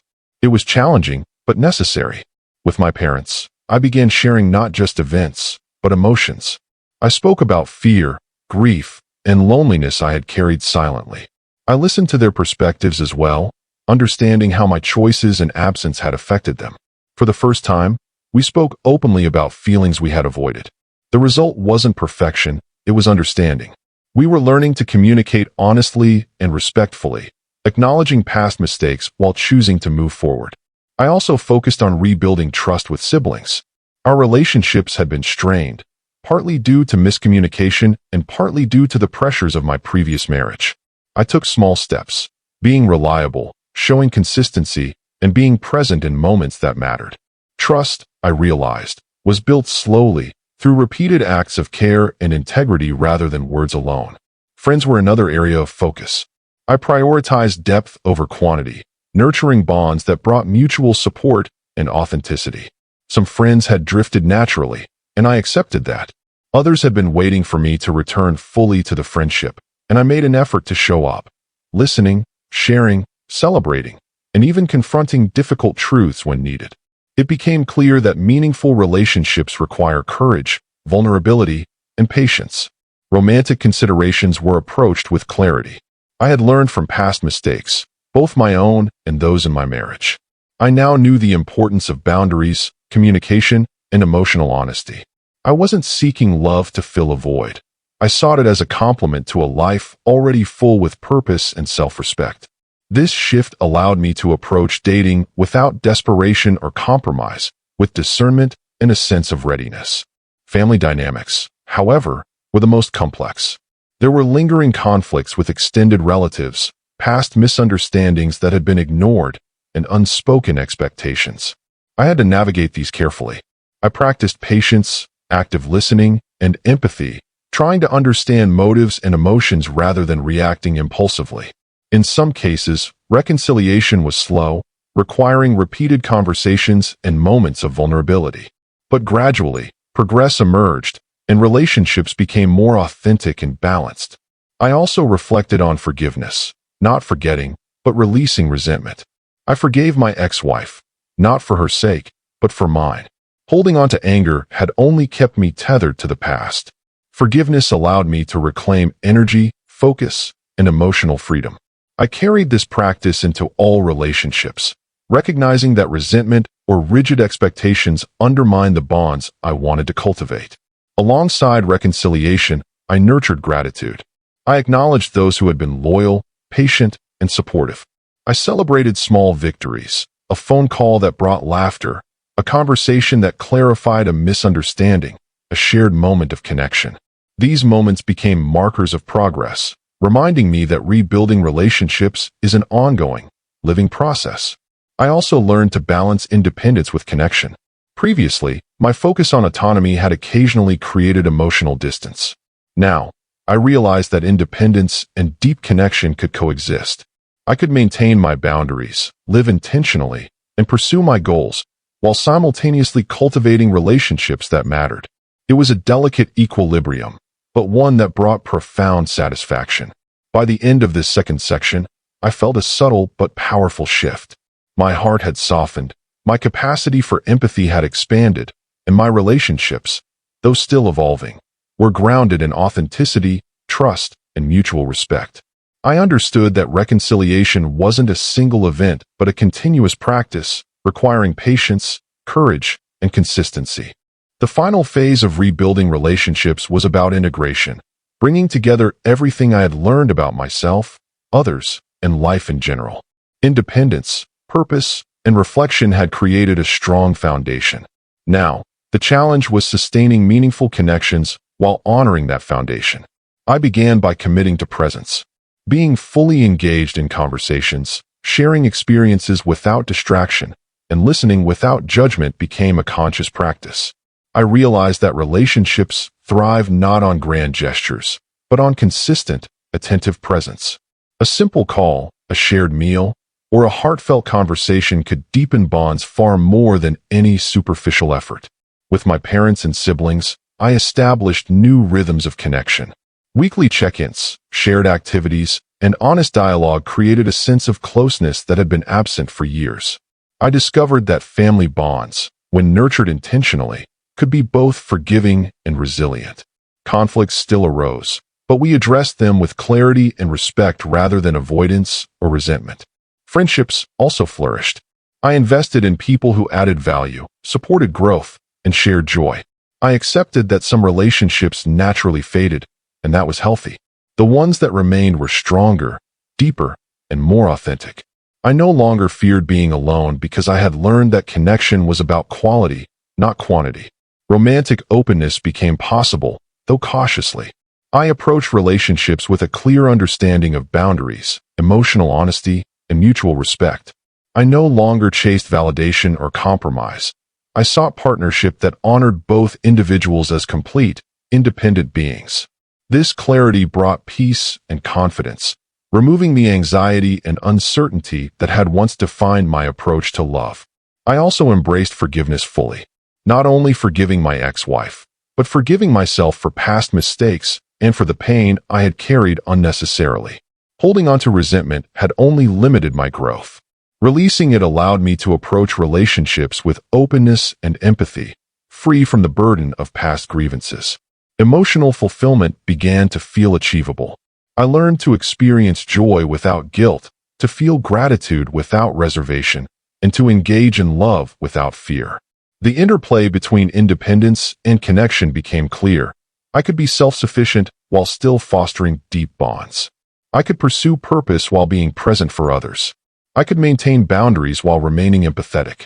I also recognized the power of shared growth. Relationships flourished when both parties evolved together, supporting aspirations, navigating challenges, and celebrating victories. I applied this understanding to all areas: family, friends, colleagues, and potential romantic partners. Each relationship became a space for mutual enrichment rather than expectation or dependence. Reflecting on the entire journey, I realized that reconciliation was not about returning to the past or erasing mistakes. It was about acknowledging them, learning from them, and integrating those lessons into how I live today. Emotional fulfillment was not a destination but a practice, a commitment to honesty, empathy, presence, and intentionality.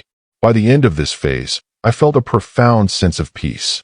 The relationships I had rebuilt, nurtured, and reconciled with were stronger, healthier, and more meaningful than before. I was no longer defined by loss, anger, or grief, but by the capacity to love, connect, and engage fully with both myself and others. And in that understanding, I found the quiet joy of life lived intentionally, independent, purposeful, and relationally rich. I had rebuilt my heart, restored my connections, and reclaimed a sense of belonging, not because life owed me, but because I had done the work to create it. As I reached the final chapter of this journey, I paused to reflect on everything I had experienced: the heartbreak, the loss, the slow rebuilding, and the eventual rediscovery of myself. The path had been long, painful at times, and filled with uncertainty. Yet, each step, no matter how difficult, had shaped me into someone stronger, wiser, and more aware of life's fragile beauty. One of the first lessons I carried forward was the power of resilience. I had faced what felt like insurmountable challenges: the collapse of a marriage, the strain of independence, the loneliness of nights without companionship. And yet, I had survived. More than survived. I had rebuilt, step by step, the life I wanted. Resilience, I realized, was not born from avoiding hardship, but from facing it, allowing it to teach, and using it to strengthen the self. Another lesson was the value of self-respect and boundaries. For years, I had blurred the line between caring for others and losing myself. Now, I understood that boundaries are not walls. They are a framework for healthy relationships, personal growth, and emotional stability. Respecting myself enabled me to engage more authentically with the world, rather than losing myself in the expectations, demands, or approval of others. Gratitude became a daily practice, subtly transforming the way I approached life. I learned to notice small joys: a morning coffee, a conversation with a friend, sunlight falling across the floor. These moments, seemingly insignificant, reminded me that life is made up of fragments of beauty and connection. Gratitude shifted my perspective from scarcity to abundance, from fear to appreciation. I also discovered the importance of intentional living. Life does not hand meaning automatically. We create it through choices, reflection, and consistent action. Every decision, what to pursue, whom to trust, how to spend time, was an opportunity to align with my values. Intentionality gave shape to my days, purpose to my actions, and coherence to a life that could have otherwise felt fractured. Forgiveness was another profound revelation. I forgave my ex-wife, not to erase the past, but to release its hold on me. I forgave myself for mistakes, for misjudgments, for moments of weakness. Forgiveness freed me from the weight of resentment, allowing me to approach relationships and life with openness and compassion. I understood that holding on to anger only prolongs suffering. Releasing it restores clarity and peace. The journey also taught me that independence and connection are not mutually exclusive. I had feared that living fully on my own would isolate me. Instead, I discovered that true independence allows for healthier, more authentic connections. When I am whole, I can engage more meaningfully with others. Relationships become partnerships of growth, love, and respect rather than dependence or expectation. I realized that pain, though difficult, is a teacher. Heartbreak and loss had been catalysts, forcing me to examine my life, confront uncomfortable truths, and grow in ways comfort never could have achieved. Pain was not an end. It was a guidepost, signaling where change, healing, and attention were needed. Finally, I understood that life is a continual process of reflection, action, and integration. There is no perfect moment when everything is fixed. Rather, fulfillment arises from consistently choosing presence, purpose, and authenticity. It is found in the quiet victories, the small acts of courage, and the deliberate pursuit of a life aligned with one's values. In looking back, I realized that the journey had transformed me completely.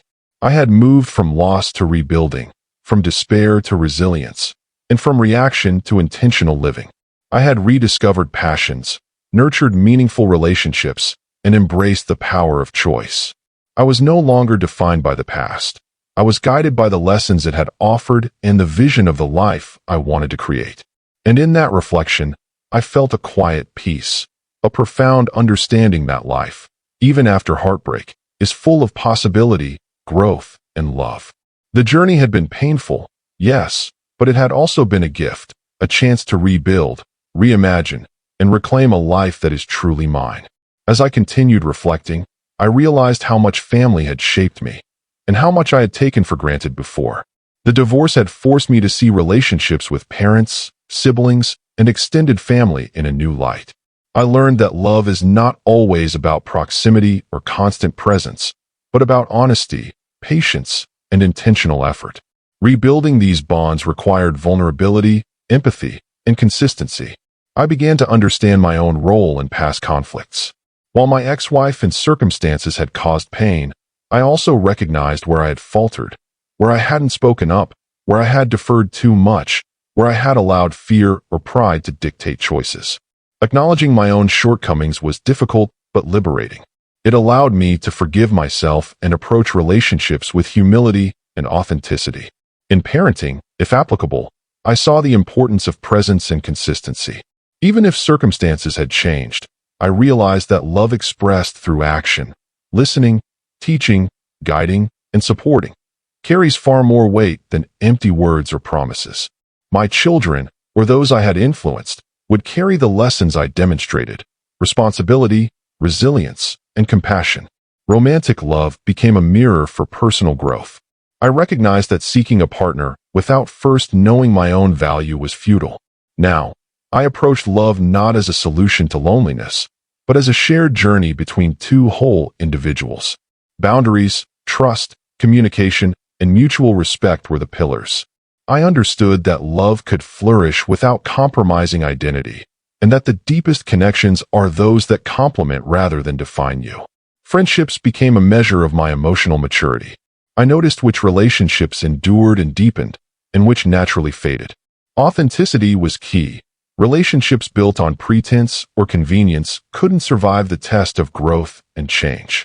I learned to invest in people who encouraged my evolution, challenged me constructively, and celebrated honesty and vulnerability. Personal growth had become a daily commitment.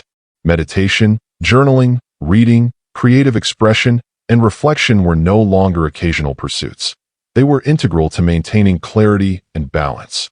I discovered that self-awareness was not a static achievement, but a practice. Each day offered lessons in patience, humility, and resilience. I also recognized the subtle ways life tests us even after major upheavals.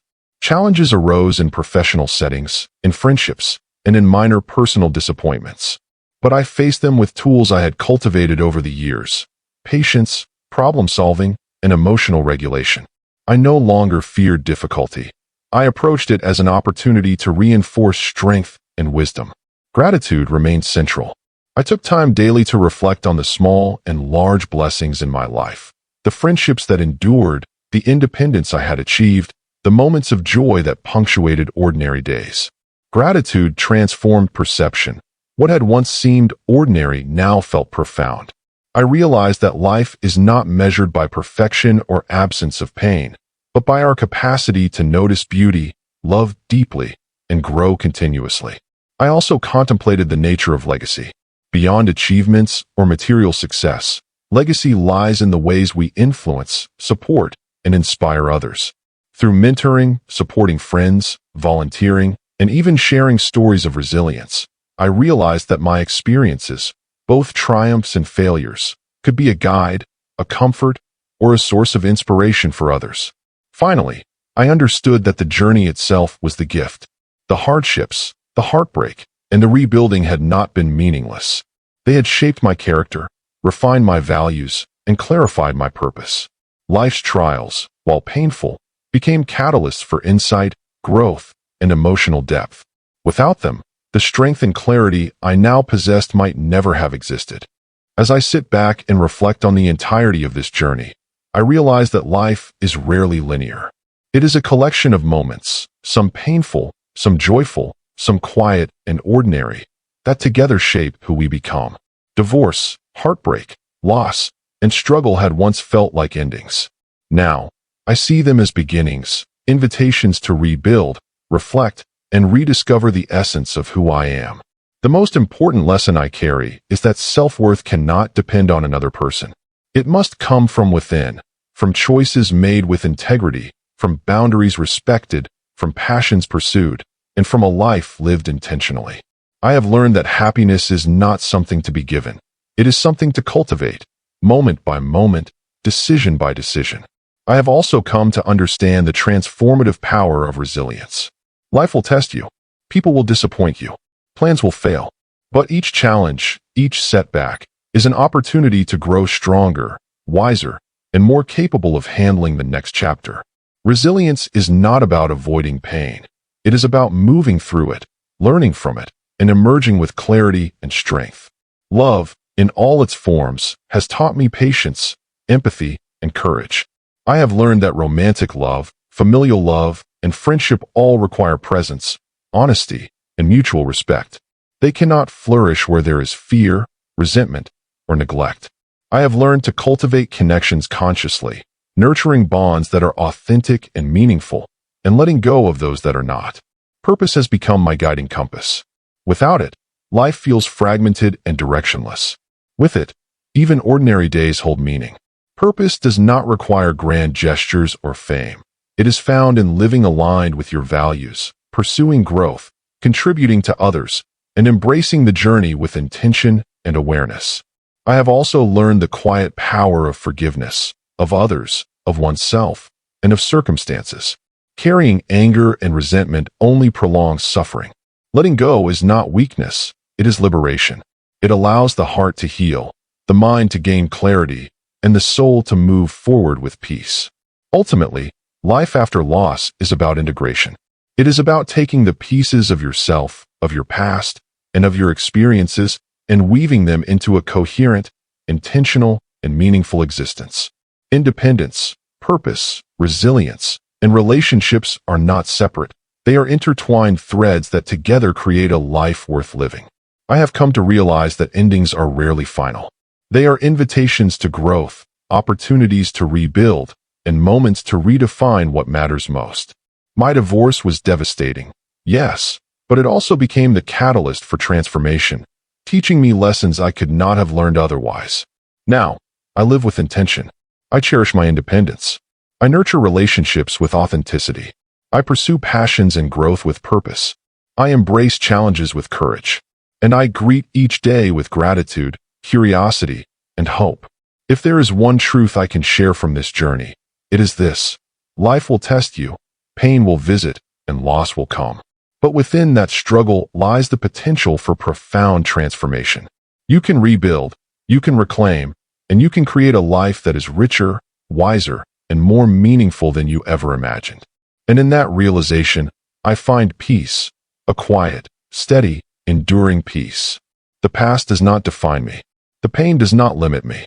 The future is mine to shape, and I will live it fully, intentionally, and with a heart wide open to the beauty, challenges, and possibilities that life continues to offer.